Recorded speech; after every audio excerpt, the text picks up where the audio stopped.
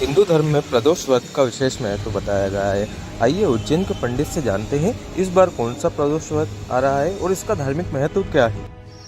पूरे भारतवर्ष में सनातन हिंदू धर्म परंपरा में अनेक तिथियों के व्रत किए जाते हैं और उन तिथियों का अलग अलग महत्व कहा जाता है और वही तिथियां अलग अलग भगवान और देवी देवताओं को समर्पित होते हैं और हम मनोकामना की सिद्धि हेतु अनेक प्रकार का व्रत और पूजन करते हैं।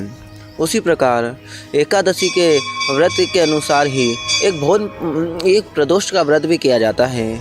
वह प्रदोष अलग अलग वार और नक्षत्रों में आने से उनकी अलग अलग संज्ञा दी गई जाती है।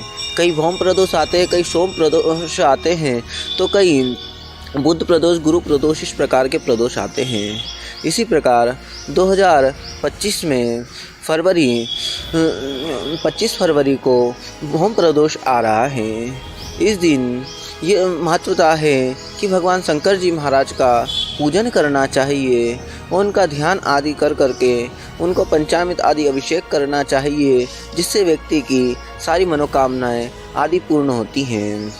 यह प्रदोष फाल्गुन माह के पहला प्रदोष कहा गया है, जिसमें जातक को सुबह प्रातः काल उठ करके स्नान करना चाहिए। स्नान कर करके स्वच्छ वस्त्र धारण कर भगवान शंकर का पूजन करना चाहिए और साथ ही संध्या के समय या प्रदोष काल के समय भगवान शंकर जी महाराज का पूजन करना चाहिए और प्रदोष के समय हो सके तो भगवान का पंचामृत अभिषेक करें और देवी गोरा पार्वती जी को सौभाग्य की वस्तुएं अर्पित करें।